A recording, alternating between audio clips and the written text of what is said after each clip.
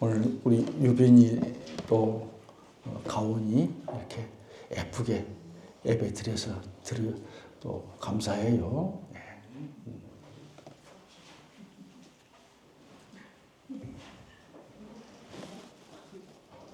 네. 오늘 말씀의 제목은 십자가의 은혜와 능력입니다. 미국에서 세탁소를 운영하다가 크게 성공한 그리스도인이 있었습니다. 그는 한국에서 학생들을 가르치는 교사였습니다. 뜻이 있어서 미국으로 이민을 가게 됐는데요. 막상 이민을 가보니까 할 일이 마땅치 않았습니다. 그래서 생각도 못해 세탁소를 운영하게 되었고, 이제 근근히 생활하면서 그 수입의 일부분을 떼어서 선교사님들을 지원하였습니다. 그는 그 세탁소를 운영하면서 내가 왜 여기까지 와서 내가 이런 세탁소 일을 하는가 생각하면서 그만두고 싶을 때가 한두 번이 아니었습니다. 그래도 한국에서는 아이들을 가르치는 참 존경받는 교사였는데 그 모습과 지금 오늘의 여기의 모습을 비교해 보니까 너무나도 자기 자신이 한심하고 또 한편으로는 자존심이 너무 상했습니다. 얼마 후에 세탁물 이렇게 정리하면서 이렇게 보니까 세탁물 속에 그 주머니 안에 $2,700가 그 속에 있었습니다. 우리 돈으로 그 당시 약 300만 원 정도. 그걸 발견하자 이 사람은 이제 투덜거리면서 말했습니다. 하는 일도 힘들고 자존심도 상하는데 이제는 또 이런 내게 시험거리가 생겼구나. 그리고 며칠이 지난 후 그 세탁물을 맡겼던 그 주인이 오자 그 사람의 화를 벌컥 내면서 말합니다. 아니 왜 이런 것을 이 속에 넣어가지고 나를 시험하는 겁니까? 세탁물과 그 $2,700를 돌려받은 이 세탁물 주인은 아무 말 하지 않고 세탁소를 떠납니다.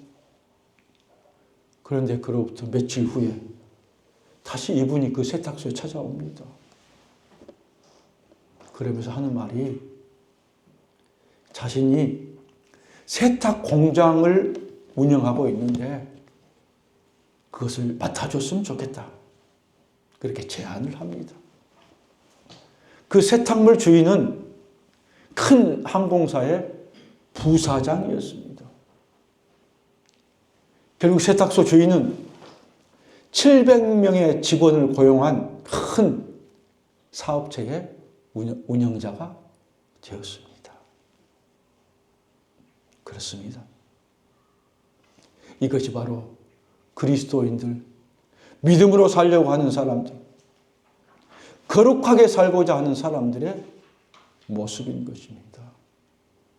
믿음으로 살려고 하면 때로는 믿음의 용기가 필요하고요. 때로는 인내가 필요합니다. 삶이 힘들다고, 어렵다고 우리의 믿음의 기준을 낮춰서는 안 됩니다. 내가 이래도 하나님의 자녀고 내가 이래도 믿음의 사람인데 내가 그런 것 때문에 마음을 빼앗기고 그런 것 때문에 내가 마음을 상하고 또 거기에 나도 모르게 머리를 조아리고 그럴 수 있습니다. 그러나 우리는 거기에 인내와 용기를 갖고 중심을 지켜야 합니다. 진정한 믿음은 큰 것이 아니라 우리의 일상의 삶 속에서 날마다 이루어지는 겁니다. 오늘은 종려주일입니다. 예수님께서 나귀를 타시고 왕이 살고 있는 예루살렘 성을 향해서 들어가고 있습니다.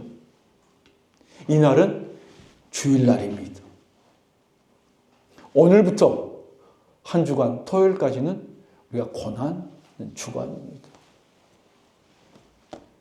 이번 한 주간이 예수님 생에 있어서의 이 땅에서 마지막 주간입니다. 한 주간이 굉장히 급박하게 돌아갑니다. 오늘 주일날 예수님께서 예루살렘 성에 입성합니다. 그리고 월요일날 예루살렘 성전에 들어가서 비둘기 또 짐승을 파는 그 상을 뒤엎습니다. 화요일날 제사장과 서기관 앞에서 변론하시고 수요일날은 이제 한 여인이 옥합을 깨뜨려서 예수님의 머리에 붓고 머리카락으로 발을 씻기습니다. 목요일날 우리가 잘 아는 대로 제자들과 함께 최후의 만찬이 이루어지고요. 그날 밤 늦게 자정 무렵에 제사장이 보낸 종들에게 붙들려서 그 저녁부터 날이 새도록 조사를 받고 금요일날 아침에 십자가에 못 박혀 돌아가셨습니다. 토요일날 무덤에 묻히시고 주일날 주님께서 3일 만에 부활하셨습니다. 이번 한 주간이 예수님의 마지막 생에 있어서 굉장히 급박한 시간이고요. 엄청난 일들이 일어난 그런 시간입니다. 예수님이 이제 그 일을 감당하시기 위해서 나귀를 타시는데 그것도 가장 어린 새끼 나귀. 한 번도 사람을 태워본 적 없는 그 나귀를 타시고 예루살렘 성에 들어갑니다. 많은 사람들이 종려나무 가지를 꺾어서 호산나를 외치면서 예수님을 환영합니다. 자기의 입었던 그 겉옷을 벗어서 예수님이 지나간 땅에 깝니다. 어떤 사람은 나무 가지를 베어서 바닥에 쭉 깝니다. 왜 그럽니까? 영광의 왕이 이제 예루살렘에 들어가서 만영의 왕으로 되실 것을 생각하면서 오늘 많은 사람들이 환영을 하는 겁니다. 환영한 사람들은 예루살렘 성 안에 살지 못하고 성 밖에 주변에 살고 있는 가난하고 약하고 소외된 자, 당시에 사람 취급받지 못했던 여자와 어린 아이들이 나와서 예루살렘에 들어가는 그 주님을 왕으로 찬양하였습니다. 그 당시에 권력자들, 힘 있는 자들, 부자들은 한 사람도 거기에 나와서 그 일을 하지 않았다는 사실. 주님은 예루살렘을 들어가면서 온 인류를 구원한 왕이 되시지만 결코 말을 타지 않았습니다. 한 번도 사람을 태운 적 없는 그런 새끼 나귀를 타시고 들어간 겁니다.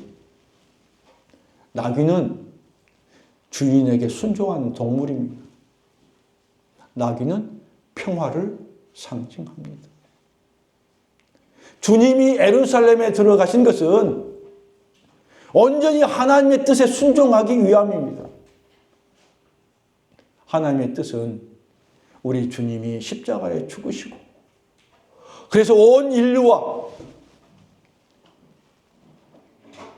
온 우주의 구원을 이루시고 서로 반목되고 서로 힘들어하고 고통 속에 있는 인류를 구원하시고 그들에게 평화를 주시기 위해서 우리 주님이 예루살렘에 들어가신 것입니다.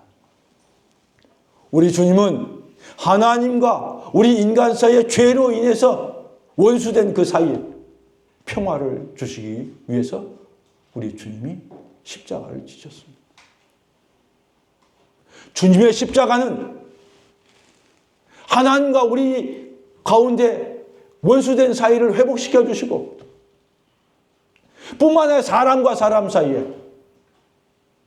어그러지고 반목하고 싸우고 질투하고 시기한 자들의 가운데 오셔서 그들을 화평케 하고 회복케 하기 위해서 우리 주님이 그 고난의 그 처절한 십자가를 지신 것입니다. 그렇다면 오늘 이 처절하고 고통스러운 십자가를 지시기 위해서 들어가신 예수님, 왜 들어가셨을까? 오늘 이 말씀은, 오늘 이사야 우리 읽었던 이 말씀은 우리 예수님이 이 땅에 오시기 전 700년 전에 앞으로 오실 메시아에 대한 그 예언의 말씀을 기록해 놓은 겁니다. 예수님이 이 땅에 오신 것은 영광을 받고 세상의 왕으로 오신 게 아니라 고난의 종으로 고난받으러 오셨고 우리 인류를 구원하기 위해서 이 땅에 오신 것입니다. 그래서 오늘 주님이 받으신 말씀을 중심으로 해서 8가지의 고난을 함께 나눠보고자 합니다. 주님이 받으신 고난 8가지입니다. 첫 번째는 주님은 사람들에게 멸시를 받았습니다. 멸시는 멸치가 아닙니다. 멸시는 무가치하게 여기고 무시하고 업신여긴 것을 이야기합니다. 사람들로부터 메시아로 인정받지 못하고 무시를 당한 겁니다. 아무도 예수님을 귀하게 여기지 않았습니다. 두 번째는 사람들에게 버림을 받았습니다. 고향 사람들이 목수의 아들, 목수 출신 그것을 문제 삼아서 예수님을 배척합니다. 정치적인 메시아, 왕이 아닌 것을 알고 수많은 사람들이 그를 따라다니다가 그를 떠났습니다.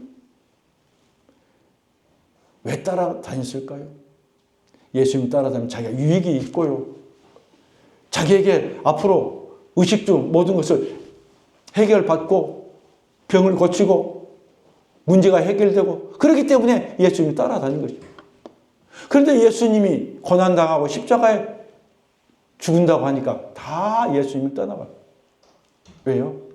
예수님 따라다니고 믿는 것이요. 자기 유익이 없으니까 많은 사람이 떠나게 된 것입니다. 심지어는 12명의 제자들 중에 한 사람도 자기 선생님인 예수님을 배신하고 그리고 은 30냥에 제사장에 팔아버리고 말았습니다. 은 30냥은 그 당시에 성인 남자 노예의 몸값입니다. 뿐만 아닙니다. 주님은 십자가에서 하나님 아버지로부터 버림을 당하였습니다. 엘리 엘리 나마 사박다니, 나의 아버지 나의 하나님이여 나의 하나님이여 어찌하여 나를 버리시나이까. 주님은 사람들로부터 배신당하고 버림받고 하나님 아버지로부터 버림을 당하였습니다. 주님의 고난 세 번째, 간고와 질고를 많이 겪으셨습니다. 주님은 자신의 죄로 인해서 고난받은 게 아닙니다. 여기서 간고는요, 가난하고 고생스럽다 그런 뜻입니다. 감당하기 힘든 정신적인 고통을 이야기합니다. 질고는 육체적인 질병입니다.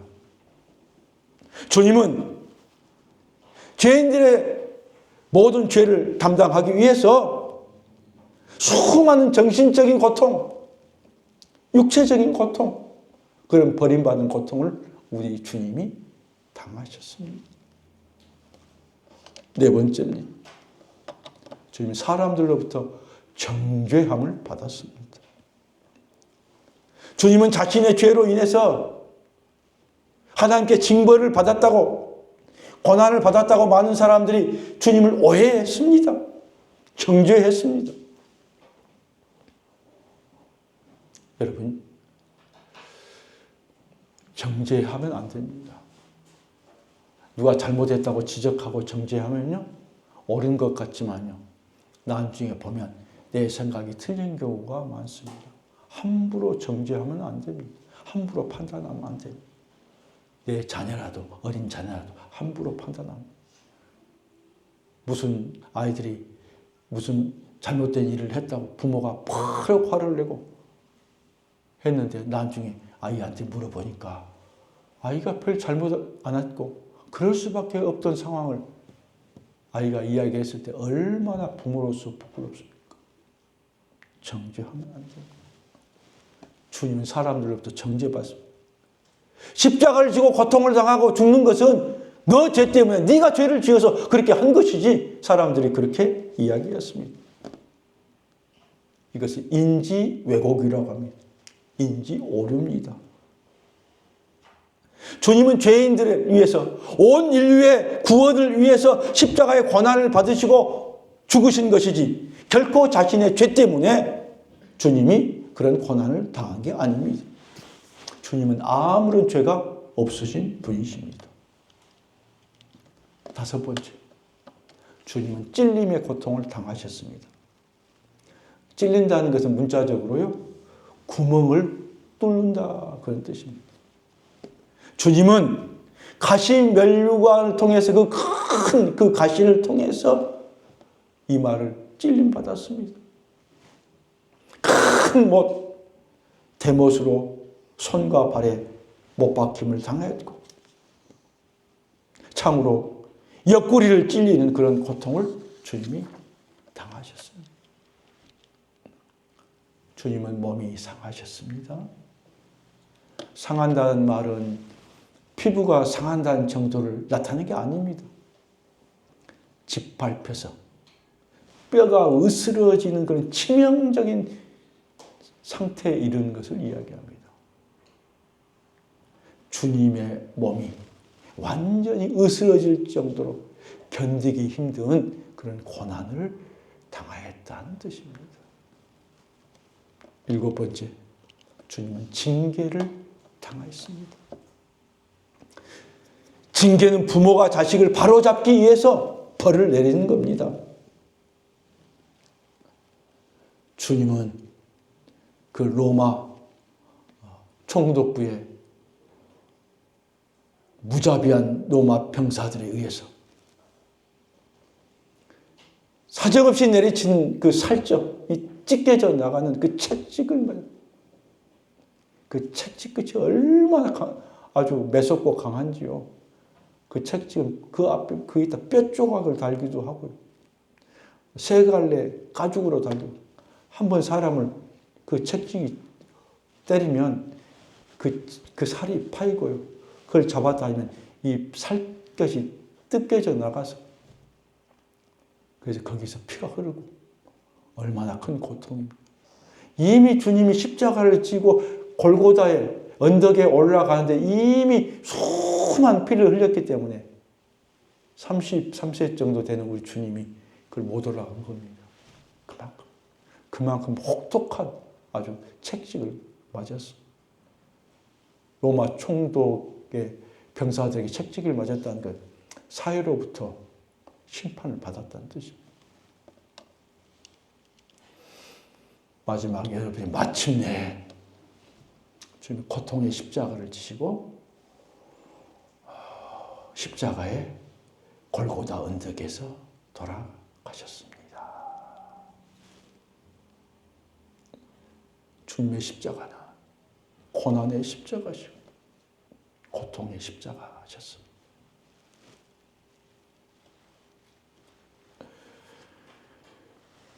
주님의 십자가를 생각하면서 이번 사순절 기간 동안, 이제 오늘부터 이제 사순절 마지막 주간, 고난 주간에 우리 자신을 돌아봅니다. 오늘 말씀 속에 오늘 우리는 어떤 삶을 살았습니까? 우리의 모습은 다 양 같아서 그릇 행했다. 잘못된 길로 행했다. 그래서 제 길로 자기 마음대로 갔던 것입니다. 사람을 양으로 비유하고 있는데요.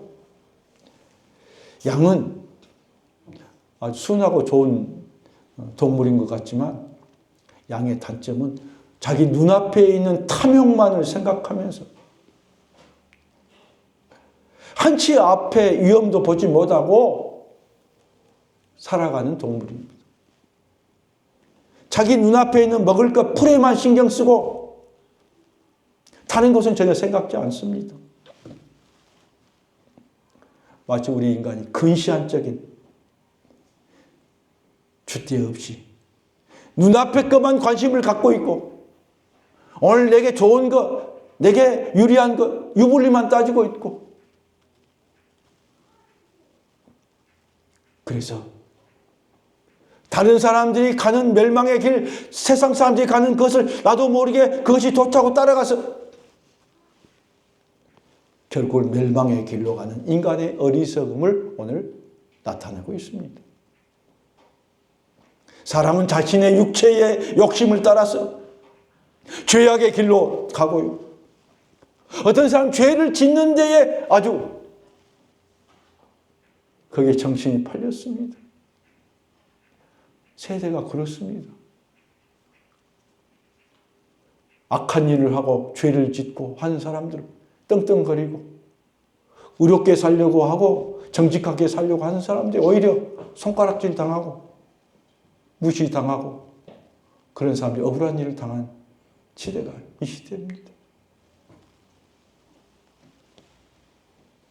결국 그렇게 사는 사람들은 육체적인 욕심을 따라 사는 사람들은 심판받고 멸망받을 수밖에 없습니다. 우리가 이처럼 양처럼 그릇된 길로 잘못된 길로 행하였지만 우리 하나님께서는 우리 모두의 죄악을 담당하시기 위해서 우리 주님을 예수 그리스도를 이 땅에 2000년 전에 보내주셨습니다.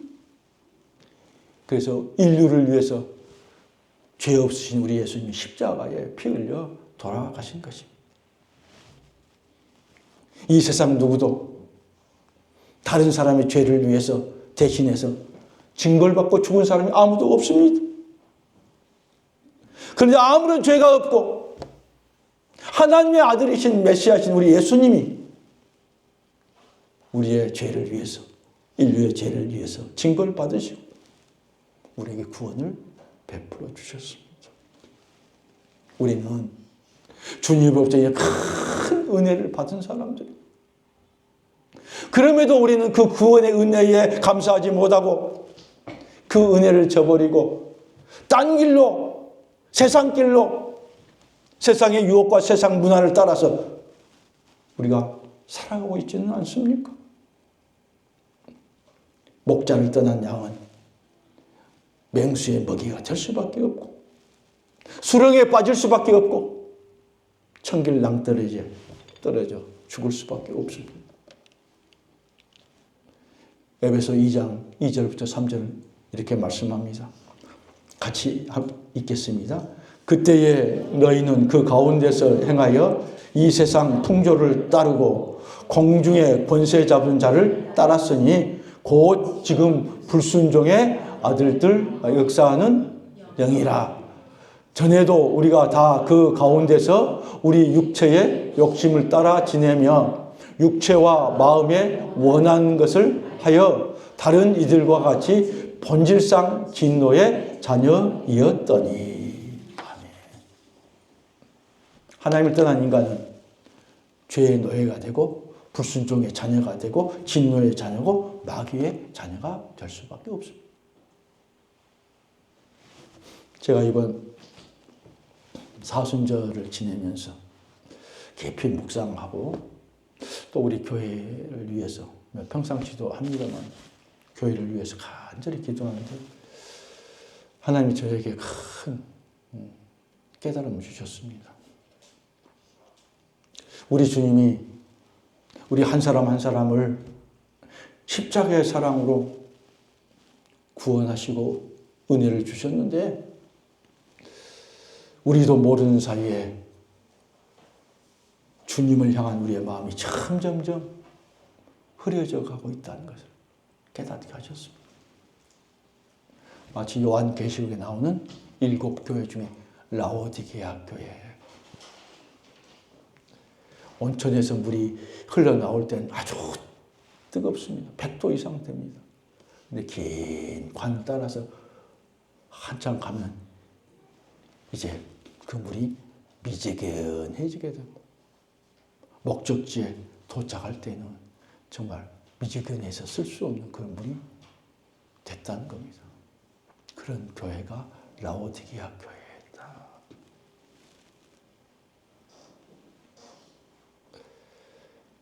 주님을 믿겠다고 따르고 믿음으로 살겠다고 하고 은혜를 받았는데 나도 모르게 내 마음이 미지근해지고 내 마음이 흐려져 있다.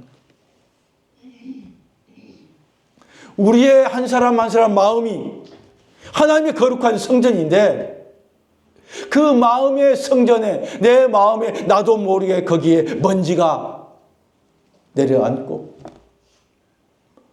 먼지가 점점점 쌓여서 불순물이 거기에 쌓여가고 사람의 마음은 밭과 같다겠습니다. 내가 내 마음의 밭을 내가 관리하지 아니하면 내 마음속에 거기에 잡초가 점점점 생겨납니다. 밭에 잡초는요, 주인이 심지 않았습니다. 누가 심지도 않습니다. 그 속에서 잡초가 어느 순간에 5월달, 6월달 되면 아주 무성하게 자랍니다. 잡초 뽑는 것이요. 텃밭 했더니 잡초 뽑는 게 쉽지 않아요. 내 마음을 관리하지 않으면 내 마음속에 잡초가 생겨납니다. 어떤 잡초입니까? 교만한 마음, 불신의 마음, 불순종의 마음에 잡초가 생겨납니다. 염려와 근심과 걱정들, 미움과 시기와 다툼, 불평과 원망의 가시가 내 속에서 올라오 그것이 나를 찌르고 내 마음을 황폐케 합니다. 뿐만 아니라 나와 가까운 사람들에게 고통을 주는 그런 삶이 됩니다. 어떻게 합니까? 하나님이 우리를 향한 하나님의 말씀과 하나님의 뜻은 누구보다 우리 생명을 살리고 세우는 하나님의 말씀인데 그 말씀을 받는 우리의 마음의 밭이 딱딱해져 있어 굳어져 있으며 길거와 같은 그런 마음, 돌밭과 같이 혼란한 마음들, 세상 염려와 유혹으로 가득 찬 가시밭과 같은 그런 마음에는 하나님의 말씀이 떨어져도 그 말씀이 들려져도 그 말씀에 우리가 은혜를 받을 수 없습니다. 조금 자란 것 같지만 바로 말라서 죽습니다. 무엇이 문제입니까? 우리의 마음의 밭이 문제입니다.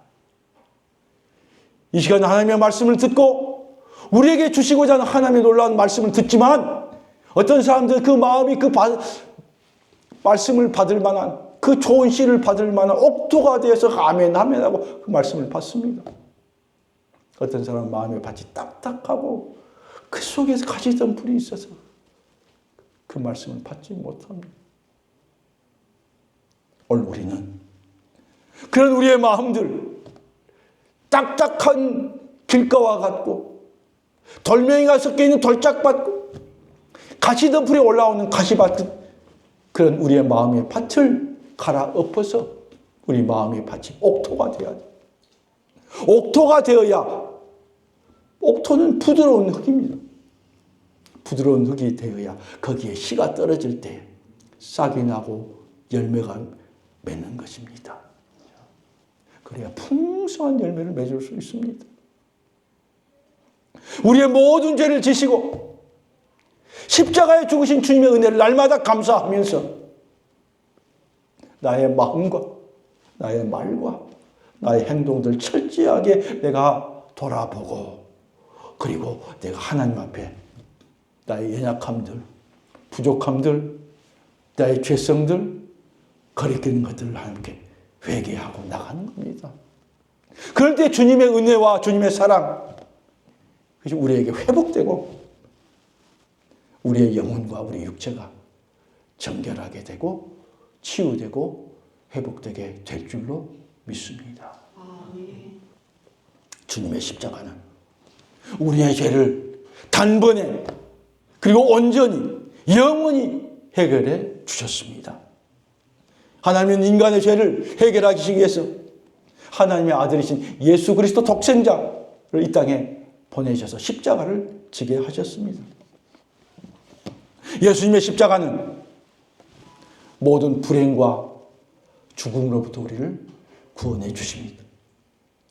예수님 우리가 받아야 할 멸시와 괴로움과 질병과 징계와 심판을 우리 대신해서 주님이 받으시고 주님이 십자가에 죽으셨습니다. 예수님 단지 우리의 죄악만 진 게 아닙니다. 우리 죄의 모든 결과, 멸망받고 사망받는 그 모든 것까지도 주님이 다 짊어지시고 사형 선고를 받으신 겁니다. 사형 선고뿐 아니라 사형으로 목숨을 잃으셨습니다. 우리는 그 주님을 믿고 의지하고 마음속에 받아들이고 날마다 주님을 동행하고 사는 온 우리에게 참으로부터 죄로부터 염려와 걱정과 근심으로부터 우리가 다 회복되고 해결되고 자유케 되는 그런 축복을 하나님 우리에게 주셨습니다. 주님이 십자가에 죽으심으로 인해 허물로 죽었던 우리의 모든 죄들 그리스도와 함께 죽고 예수 그리스도와 함께 살게 하시고 또 함께 일으키시고 그리스도 예수 안에서 하나님 나라에 함께 우리를 올리셨습니다. 얼마나 감사해요. 이 모든 것이요 우리 주님이 우리를 불쌍히 여기시고 긍휼히 여기시기 때문입니다. 부모가 자녀를 긍휼히 여기는 거죠. 우리 하늘 아버지께서 우리를 긍휼히 여기시고 우리 주님이 그 긍휼을 여기시면서 우리를 위해서 죽으신 것입니다. 그렇다면 누가 주님이 이루신 십자가의 혜택을 받아서 누릴 수 있을까요? 주님이 이루어 놓으신 십자가의 대속의 은혜를 우리가 믿고 날마다 그 주님을 내 마음속에 받아들이는 겁니다. 주님과 함께 같이 동행한다 이렇게 우리가 표현하는 겁니다. 주님이 찔림을 받고 상하고 징계를 받고 책찍에 맞음으로 우리의 죄와 허물이 용서받고 평화를 누리고 고침을 받은 그 은혜를 우리가 주님과 십자가를 붙잡고 오늘 또 사는 우리에게 주님의 은혜가 계속해서 우리 가운데 임하고 주의 십자가의 보혈이 계속 우리 심령 가운데 오늘도 흐르고 있습니다. 주님의 십자가의 죽음으로 우리가 하나님과 원수된 관계를 회복해 주셨습니다. 이 약한 세대로부터 우리를 구원해 주셨습니다. 우리에게 부요함을 주시고 선한 일을 위해서 예비된 존재로 우리 한 사람 한 사람을 만들어 주시고 하나님의 자녀로 세워 주셨습니다. 환경적인 어려움에서 우리를 건져 주실 것입니다. 흑암의 권세에서 우리를 건져 주시고 악에서 우리를 구원해 주실 것입니다. 사랑하는 여러분, 말씀을 맺습니다. 내일부터 우리 교회 고난주간 특별 새벽 집회를 시작합니다. 아침 5시부터 1시간씩 시작합니다. 이번 새벽 집회의 치유와 회복이라는 주제로 말씀을 드립니다. 여러분 기대를 가지고 간절한 마음으로 참석하시기를 바랍니다. 우리 김민경 성도님 오래전에 새벽에 열심히 나왔던 것이 지금도 제 머리에 기억이 됩니다. 마른 뼈같이 죽어서 아무것도 할 수 없는 아무런 희망이 없는 우리에게 성령의 은혜가 우리에게 주어지고 우리의 마음과 우리의 육체와 우리 삶에 성령의 바람이 불어와서 우리의 삶이 회복되고 우리 영혼이 회복되고 우리 하는 일이 회복되는 놀라운 역사가 있을 것입니다.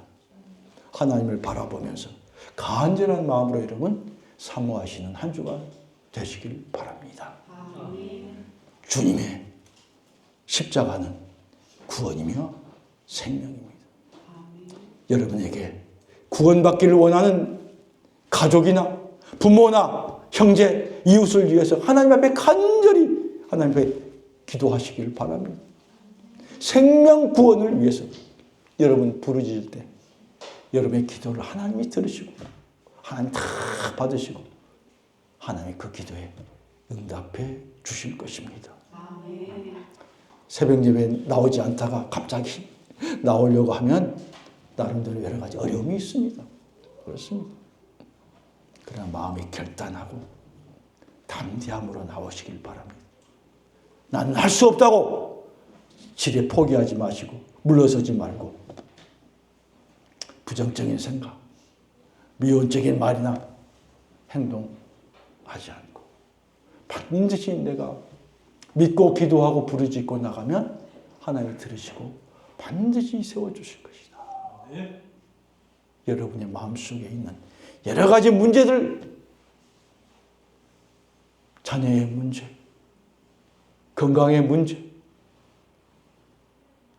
삶의 문제, 관계의 문제, 진로의 문제들, 여러분 주님 앞에 부르짖고 기도할 때 주께서 여러분 긍휼히 여기시는 우리 하나님, 누구보다도 여러분과 저를 사랑하신 우리 하늘 아버지께서 여러분에게 좋은 것으로 예비해 놓으시고 부르짖고 간구한 자에게 주실 줄로 믿습니다. 그런 은혜가 여러분의 모두에게 임하고 여러분이 그 은혜를 받아서 누리는 축복의 주인공들이 되시기를 간절히 축복합니다.